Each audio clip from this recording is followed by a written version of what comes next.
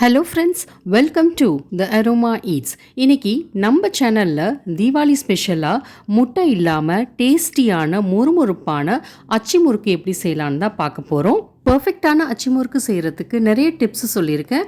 அதனால் வீடியோவை ஸ்கிப் பண்ணாமல் கடைசி வரைக்கும் பாருங்கள். இந்த ரெசிபி எப்படி செய்யலான்னு பார்க்கறதுக்கு முன்னாடி நம்ம சேனலுக்கு இப்போ தான் ஃபஸ்ட் டைம் வரீங்கன்னா கண்டிப்பாக வந்து சேனலை சப்ஸ்கிரைப் பண்ணிக்கோங்க. நோட்டிஃபிகேஷனுக்கு பெல் ஐக்கானையும் கிளிக் பண்ணிக்கோங்க. ஃபஸ்ட்டு மாவு ரெடி பண்ணிடலாம். அதுக்கு ஒரு பாத்திரத்தில் அரிசி மாவு வந்து 1 கப்பு சேர்த்துக்கோங்க. மைதா மாவு 1/4 கப்பு. அடுத்து 1/2 கப் அளவு அரைச்ச ஜீனி எடுத்துக்கோங்க. ஏலக்காய் தூள் ஒரு 1/4 டீஸ்பூனு, அப்புறம் ஒரு சிட்டிகை அளவு உப்பு, இதெல்லாம் சேர்த்து நல்லா கலந்து விட்டுக்கோங்க.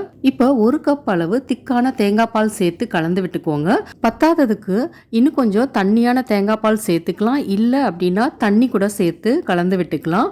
பாலோ தண்ணியோ கொஞ்சம் கொஞ்சமாக வந்து சேர்த்துக்கோங்க. அட் அ டைம் நிறைய சேர்க்காதீங்க. இதான் வந்து கன்சிஸ்டன்சி, தோசை பேட்டர் கன்சிஸ்டன்சின்னு சொல்லுவாங்க. நம்ம தோசை மாவு கரைப்போம்ல அந்த அளவுக்கு இருக்கணும். இந்த மாதிரி ஸ்பூன் விட்டு பார்த்தோன்னா இந்த ஸ்பூனில் வந்து பின்பக்கம் இந்த மாதிரி ஒட்டி இருக்கணும், ஒரு லேயர் ஃபார்ம் ஆகிருக்கணும். அதான் வந்து பர்ஃபெக்டான கன்சிஸ்டன்சி. மாவு தண்ணியாக இருந்துச்சுன்னா அச்சு முறுக்கும் வந்து ஒழுங்காக வராது.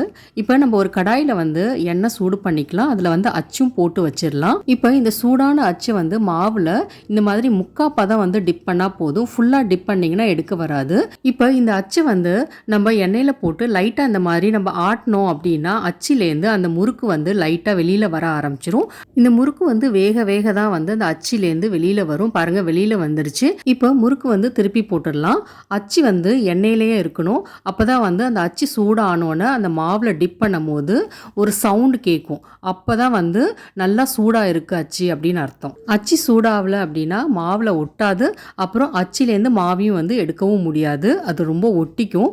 இப்போ ஒவ்வொரு வாட்டி நம்ம வந்து அச்சு முறுக்கு செய்யும் போது நம்ம மாவை வந்து ஒரு வாட்டி கிண்டி விட்டுட்டு அதுக்கப்புறம் தான் வந்து இந்த சூடான அச்சை வந்து நம்ம அந்த மாவில் டிப் பண்ணிட்டு அதுக்கப்புறம் நம்ம எண்ணெயில் வைக்கணும். இல்லை அப்படின்னா வந்து ஒழுங்காக வராது. அதே மாதிரி இந்த முறுக்கு எண்ணெயிலேருந்து எடுக்கும் போது ஒரு கம்பி வச்சு எடுத்திங்கன்னா அந்த முறுக்கில் உள்ள எண்ணெயெல்லாம் வந்து ஃபுல்லாக வடிஞ்சிரும். இப்போ இதே மாதிரி எல்லா முறுக்கும் செஞ்சு எடுத்துக்கலாம். அவ்வளோதான், நம்மளோட சூப்பரான முறுமுறுப்பான அச்சு முறுக்கு ரெடி.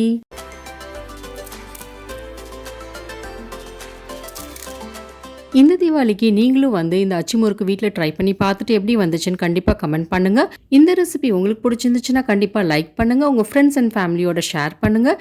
என்னோட சேனலை இது வரைக்கும் சப்ஸ்கிரைப் பண்ணலன்னா சப்ஸ்கிரைப் பண்ணிக்கோங்க. நோட்டிஃபிகேஷனுக்கு பெல் ஐக்கானையும் கிளிக் பண்ணிக்கோங்க. தேங்க்யூ.